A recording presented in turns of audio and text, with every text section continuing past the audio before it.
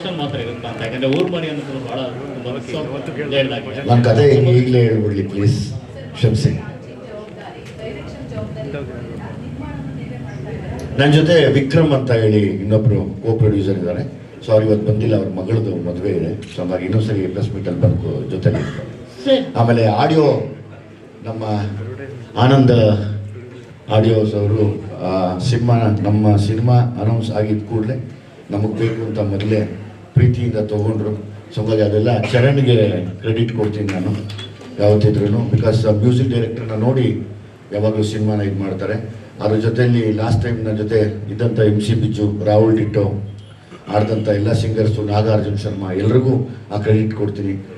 ಚರಣ್ ಜೊತೆ ಯಾರ್ಯಾರು ವರ್ಕ್ ಮಾಡಿದ್ರು ಅವರಿಂದ ಇವತ್ತು ಆನಂದ್ ಆಡಿಯೋ ಸಂಸ್ಥೆ ಮುಂದೆ ಬಂದು ನಮ್ಮ ಸಿನಿಮಾನ ತೊಗೊಂಡಿದೆ. ಆಲ್ರೆಡಿ ಬಿಫೋರ್ ಶೂಟಿಗೆ ಸೇಲ್ ಆಗಿದೆ ತುಂಬ ಒಳ್ಳೆ ಮೊತ್ತದಲ್ಲಿ. ಅದೊಂದು ನನಗೊಂದು ಒಳ್ಳೆಯ ವಿಷಯ. ಸರ್, ಜವಾಬ್ದಾರಿಯ ದೀಪಗಳು ಅಂತ ಹಾಕಿದ್ದೀರಾ, ಡ್ಯಾಶ್ ಇಟ್ಟಿದ್ದೀರಾ, ಅಲ್ಲಿ ದಾರಿಗೆ ಏನು ಕೊಟ್ಟಿಲ್ಲ ನೆಕ್ಸ್ಟ್. ಸೊ ಅದನ್ನ ಪ್ರೇಕ್ಷಕರು ತುಂಬಬೇಕಾ, ಅದರ್ವೈಸ್ ನಿಮ್ಮ ಮಕ್ಕಳು ತುಂಬಬೇಕಾ? ಯಾಕಂದ್ರೆ ನೀವು ಅವ್ರಿಗೆ ಇವಾಗ ಜವಾಬ್ದಾರಿ ಕೊಟ್ಟಿರುವಂತದ್ದು, ಇನ್ನೂ ಜವಾಬ್ದಾರಿ ಪೂರೈಸಿಲ್ಲ ಅವರು.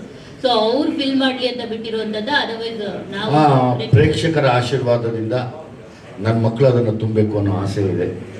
ಅವ್ರು ತುಂಬಲಿ ಅದನ್ನು ಅಷ್ಟೇ.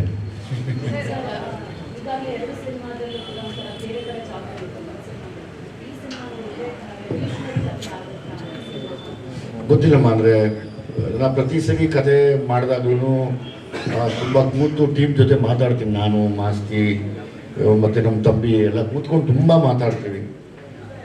ಒಂದೊಂದ್ಸತಿ ಒಂದೊಂದು ವಿಷಯ ಹೇಳಕ್ಕೆ ಹೊರಡ್ತೀವಿ ಅಷ್ಟೇ. ಅದು ಯಾವ ಕಲರ್ ಆಗುತ್ತೆ ಅಂತ ನನಗೆ ಗೊತ್ತಿಲ್ಲ. ಅದು ಬಹುಶಃ ಒಂದು ಹೊಸ ವಿಷಯ ಅಂತೂ ಹೇಳ್ತೀನಿ ಖಂಡಿತವಾಗ್ಲೂ. ಸರ್, ನೀವೀಗ ಸಿನಿಮಾಗಳನ್ನ ಮಾಡುವಾಗ ಸರ್, ಈಗ ಜನರ ನಾಡಿ ಮಿಡಿತವನ್ನ ಅರ್ಥ ಮಾಡ್ಕೊಂಡು ಅವ್ರ ಜೊತೆ ಟೈಮ್ ಸ್ಪೆಂಡ್ ಮಾಡಿ ಆ ತರ ಸಿನಿಮಾಗಳನ್ನ ಇಟ್ಕೊಳ್ತಾ ಇದ್ದೀರಾ, ಸ್ಟೋರಿಗಳನ್ನ ಇಟ್ಕೊಳ್ತಾ ಇದ್ದೀರಾ ಸರ್. ಸೊ ಜೊತೆಗೆ ಸಂದೇಶ ಕೂಡ ಇರುತ್ತೆ ನಿಮ್ಮ ಸಿನಿಮಾಗಳಲ್ಲಿ ಇತ್ತೀಚೆಗೆ. ಸೊ ಇದು ಯಾವ ರೀತಿ ಸಂದೇಶವನ್ನ ಕೊಡಬಹುದು ಅನ್ನೋ ಒಂದು ಪ್ರಶ್ನೆ ಕೂಡ 100% ನಮಗಿದೆ. ಏನೆಲ್ಲ ಇರಬಹುದು ಅನ್ನೋ ಒಂದು ಕುತೂಹಲ ಕೂಡ ಇದೆ ಸರ್. ಎಲ್ಲೆಲ್ಲಿ ಇದು ರಿಸರ್ಚ್ ಅಂತ ಯಾವ ತರ ಇತ್ತು ನಿಮ್ದು ಇದಕ್ಕೆ? ರಿಸರ್ಚ್ ತುಂಬ ರಿಸರ್ಚ್ ಮಾಡಿದ್ದೀನಿ. ಅದೇ ಇನ್ನೊಂದ್ಸತಿ ತಮ್ಮ ಹತ್ರ ಎಲ್ಲ ಹೇಳ್ತೀನಿ. ಆ ಫಸ್ಟ್ ಲುಕ್ ರಿವೀಲ್ ಮಾಡಿದಾಗ ಖಂಡಿತವಾಗ್ಲೂ ಎಲ್ಲ ಹೇಳ್ತೀನಿ. ಸರ್, ಈ ಸಿನಿಮಾದಲ್ಲಿ ನಿರ್ಮಾಪಕರು ನೀವೇ ಆಗಿದ್ರಾ, ಡೈರೆಕ್ಟರ್ ನೀವೇ ಆಗಿದ್ರಾ? ಸ್ಪೆಷಲ್ ಎಂಟ್ರಿ ಏನಾದರೂ ಇದೆಯಾ ಈ ಸಿನಿಮಾದಲ್ಲಿ ನಿಮ್ದು? ಇಲ್ಲಮ್ಮ, ಅವರಿಬ್ಬರೇ ಸ್ಪೆಷಲ್. ನಮ್ಗೆ ಹೋಗೋಕೆ ಆಗಲ್ಲ ಫ್ರೇಮ್ ಒಳಗಡೆಗೆ. ನನ್ಗೆ ಅವರಿಬ್ಬರು ಸ್ಪೆಷಲ್. ಅವರಿಬ್ಬರನ್ನ ಎಷ್ಟು ಪ್ರೀತಿ ಮಾಡಿ ನಾನು ತೆಗಿಯಕ್ಕೆ ಸಾಧ್ಯ ಅಷ್ಟು ಗೊತ್ತಿಲ್ಲ. ನನ್ನಲ್ಲಿ ಇರೋಂಥ ಎಲ್ಲವನ್ನೂ ಅವರಿಬ್ಬರ ಮೇಲೆ ಎನರ್ಜಿ ಹಾಕ್ತೀನಿ. ಈ ಸತಿ ಬಿಡಲ್ಲ. ಸರ್,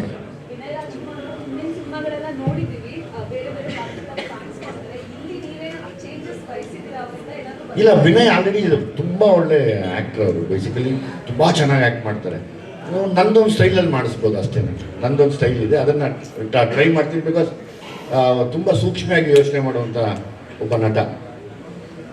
ಸರ್, ಇದರಲ್ಲಿ ಮದ್ವೆ ಮಾಡ್ಕೊಳ್ಳೋ ಮಾವ ಏನಾದ್ರು ಕ್ಯಾರೆಕ್ಟರ್ ಇದೆಯಾ ಸರ್? ಮೋನಿಶಾ ಅವ್ರನ್ನ ಯೋಗಿ ಮಾವ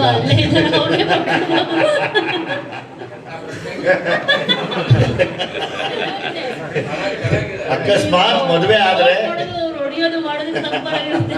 ಅಕಸ್ಮಾತ್ ಮದುವೆ ಆದರೆ ಅವ್ರ ಬಂದು ಶಾಸ್ತ್ರ ಮಾಡಿಸ್ತೀನಿ ಅವತ್ತು. ವಿನಯ್ ಸರ್, ನಿಮಗೆ ಬಹುಶಃ ಅಣ್ಣವರು ಕೂಡ ಈ ತರದ ಒಂದು ಪಾತ್ರ ಮಾಡಿರ್ಲಿಲ್ಲ ಅಂತ ಅನ್ಸುತ್ತೆ. ಈ ತರದೆಲ್ಲ ಪಾತ್ರ ಆಗ್ತದೆ, ಒಂದು ರೀತಿ ವೈಬ್ ಕ್ರಿಯೇಟ್ ಆಗುತ್ತೆ. ನೀವು ಮೊದಲೇ ಬಾರಿಗೆ ಫೋಟೋ ಶೂಟ್ ಈ ತರದ ಡ್ರೆಸ್ ಆಗಿ ಅಥವಾ ಊರ್ ಮಾರಿಯನ್ನ ತಲೆ ಮೇಲೆ ಕೂರಿಸಿದಾಗ ಹೇಗಿತ್ತ ಆ ವೈಬ್ ಅಂತ? ಕರೆಕ್ಟ್. ಇದೊಂದು ಫೋಟೋ ಶೂಟ್ ಮಾಡಿದ್ವಿ ಒಂದು ಲಾಸ್ಟ್ ಮಂತ್. ಇದು ಬಂದ್ಬಿಟ್ಟು ಇವರೆಲ್ಲ ದುರ್ಗಿ ಮುರ್ಗಿ, ಕರೆಕ್ಟ್. ಸೊ ಅವರೇ ಬಂದಿದ್ರು ನಮ್ಮ ಫೋಟೋ ಶೂಟ್ಗೆ. ಸೊ ಅವರೇ ಬಂದು ಅವರೇ ಈ ಒಂದು ಅವ್ರು ಹಾಕೊಂತಿದ್ದ ಒಂದು ಡ್ರೆಸ್ ಇರ್ಬೋದು ಅದು ಹಾಕಿ, ಆಮೇಲೆ ಅವರೊಂದಷ್ಟು ಸಾಂಗ್ಸ್ಗಳು ಕೂಡ ಹಾಡ್ತಾ ಇದ್ರು. ಸೊ ಅದೊಂದು ಒಳ್ಳೆ ಅಟ್ಮಾಸ್ಫಿಯರ್ ಕ್ರಿಯೇಟ್ ಮಾಡ್ತು ಈ ಫೋಟೋ ಶೂಟ್ ಮಾಡೋದು. ಅದರಿಂದನೂ ಅದೊಂದು ಟ್ರಾನ್ಸ್ಗೆ ಹೋಗಿ ಇದೊಂಥರ ಈ ಥರ ಒಂದು ಲುಕ್ ಕೊಡೋದು ತುಂಬ ಈಸಿ ಆಯಿತು.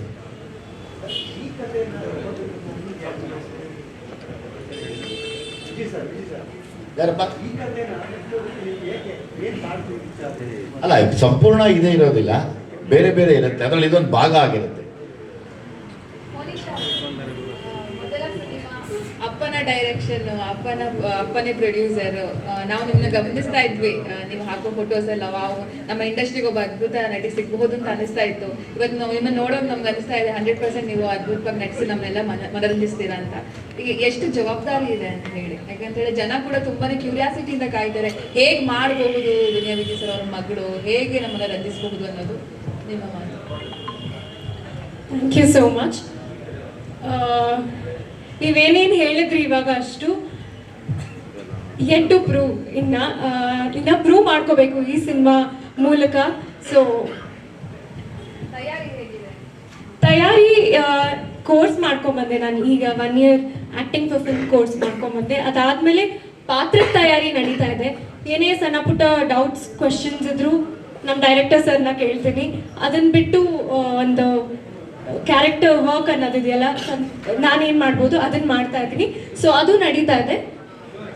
ತುಂಬ ಒಳ್ಳೆ ಪಾತ್ರ. ನೀವೇನು ಹೇಳಿದ್ರಿ ಜವಾಬ್ದಾರಿ ಅಂತ ಇದೆಲ್ಲ, ಒಂದು ದೊಡ್ಡ ಜವಾಬ್ದಾರಿ ಹೊತ್ಕೊಂಡು ಬೆಂಗಳೂರಿಗೆ ಬಂದು ನಡೆಯುವಂಥ ಕತೆ.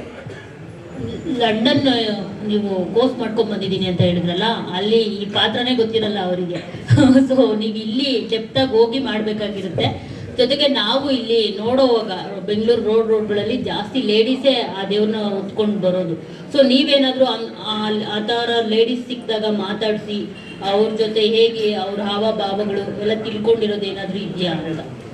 ಸೊ ಫೋಟೋಶೂಟ್ ಮಾಡಿದ್ವಲ್ಲ, ಅವತ್ತು ಅವ್ರು ಎಲ್ಲರನ್ನೂ ಕರೆಸಿದ್ರು, ಅವರೆಲ್ಲರೂ ಅವತ್ತಿದ್ರು. ನಾವು ಅವ್ರನ್ನ ನೋಡಿ ಕಲ್ತಿದ್ದು ತುಂಬ ಇತ್ತು. ಜಸ್ಟ್ ಏನು ಹೇಳ್ತಾರೆ, ಅವ್ರ ಮ್ಯಾನರಿಸಮ್ ಆಗಲಿ, ಅವರು ಅದೊಂದು ರಾನೆಸ್ ಇರುತ್ತಲ್ಲ, ಅವ್ರನ್ನ ನೋಡಿನೇ ಕಲ್ತಿದ್ದು ತುಂಬ ಇತ್ತು. ಹೌದು. ಸೊ ಅವ್ರು ಬಂದಿದ್ರು ಅವತ್ತು. ಕೆಲಸ ಅಂದ್ರೆ ಅಪ್ಪ ತುಂಬಾ ಸ್ಟ್ರಿಕ್ಟ್ ಇರ್ತಾರೆ.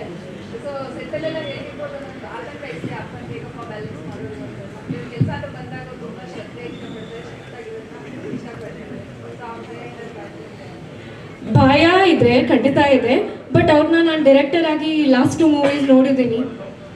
ನಾನು ಪ್ರತಿ ಸಲ ಸೆಟ್ ವಿಸಿಟ್ ಮಾಡಿದಾಗೂ ಅಷ್ಟೇ, ನಮ್ಮಪ್ಪ ನಾನು ನೋಡ್ತಾ ಇರಲಿಲ್ಲ ಅಲ್ಲಿ, ಡೈರೆಕ್ಟರ್ ವಿಜಯ್ ಕುಮಾರ್ ಇರ್ತಾ ಇದ್ರು ಅಲ್ಲಿ.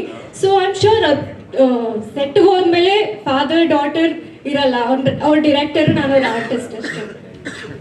ಸರ್ ವಿಜಯ್ ಸರ್, ವಿನಯ್ ಅವರನ್ನ ಭೇಟಿಗೆ ತುಂಬಾ ಕಮ್ಮಿ ಅಂತ ಹೇಳಿದ್ವಿ, ಬಟ್ ಈ ಸಿನಿಮಾ ಮೂಲಕ ಒಂದೊಳ್ಳೆ ರಿಲೇಶನ್ಶಿಪ್ ಶುರುವಾಗಿದೆ. ಅವ್ರಿಗೆ ಎಲ್ಲೋ ರೀತಿ ಸಾಮರ್ಥ್ಯಗಳಿದೆ, ಅವ್ರಿಗೂ ಕಾಡೋ ಅಂದ್ರೆ ಇಷ್ಟ, ಈ ತರದ ಸಿನಿಮಾಗಳು ಅಂದ್ರೆ ಕಂಟೆಂಟ್ಗಳು ಅಂದ್ರೆ ಇಷ್ಟ. ಹೇಗೆ ನಡೀತದೆ ಇಬ್ಬರು ಕಾಂಬಿನೇಷನ್?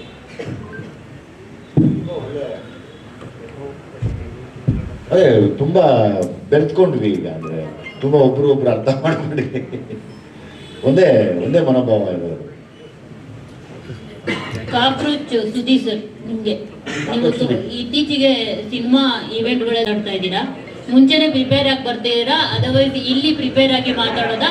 ಇನ್ ಮುಂದೆ ನೀವು ಅದೇ ತರ ಮಾತಾಡ್ತಾ ಇದ್ರೆ ನಿಮ್ಗೆ ಯಾರು ಸಿನಿಮಾ ಚಾನ್ಸ್ ಕೊಡಲ್ಲ, ಪ್ರಮೋಷನ್ ಕರೆದು ಮಾತಾಡೋಕೆ ಹೇಳ್ತಾರೆ.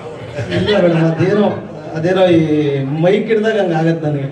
ನಾನು ಅದಾದ್ಮೇಲೆ ನಾನು ಕ್ಲೋಸ್ ಹುಡುಗರ ಹತ್ರ ಅದನ್ನೇ ಕೇಳ್ತಾ ಇರ್ತೀನಿ, ಅದೇನಾಗುತ್ತೋ ಗೊತ್ತಿಲ್ಲ, ಮೈಕ್ ಹಿಡ್ದಾಗ ಹಂಗೆ ಆಗುತ್ತೆ. ಬಿಕಾಸ್ ಮಾತೆ ಮುತ್ತು ಮಾತೆ ಕೂತು ಯಾವ ಮಾರ್ದೆ ನಂಗೆ ಗೊತ್ತು, ಗೊತ್ತಿಲ್ಲ ಮ್ಯಾಮ್, ಗೊತ್ತಿಲ್ಲ. ಚೆನ್ನಾಗಿ ಮಾತಾಡ್ತಾ ಇದ್ದೀರಾ ಅದಕ್ಕೆ. ಮೆಸೇಜ್ ಆಗ್ತದೆ, ಇವಾಗಲೂ ಮೆಸೇಜ್ ಓ, ಅದು ಎಮೋಷನಲ್ ಆಗಿ ಮಾಡ್ತಿರ್ತೀನಿ ಮೇಡಮ್. ರಾತ್ರಿ ಹೊತ್ತದೆ, ಬೆಳಗ್ಗೆ ಹೊತ್ತಿಲ್ಲ, ಸೆಕೆಂಡ್ ಶೆಡ್ಯೂಲ್ ಮಾತ್ರ. ಏನಿಲ್ಲ, ಸಖತ್ತಾಗಿ ಮಾತಾಡ್ತಾ ಇದ್ದೀರಾ, ಸಖತ್ತಾಗಿ ಎಲ್ಲ ಕಂಟೆಂಟ್ ಇರುತ್ತೆ ತುಂಬಾ ಚೆನ್ನಾಗಿ. Thank you. ಆದ್ರೆ ಪ್ರಮೋಷನ್ ಯೂಸ್ ಮಾಡ್ಕೊಂಡ್ರೆ ಕಷ್ಟ ಅಷ್ಟೇ. Thank you. ಉಮಾಪತಿ ಸರ್, ಇಲ್ಲಿ ವೇದಿಕೆ ಮೇಲೆ ಇದ್ದೀರಾ,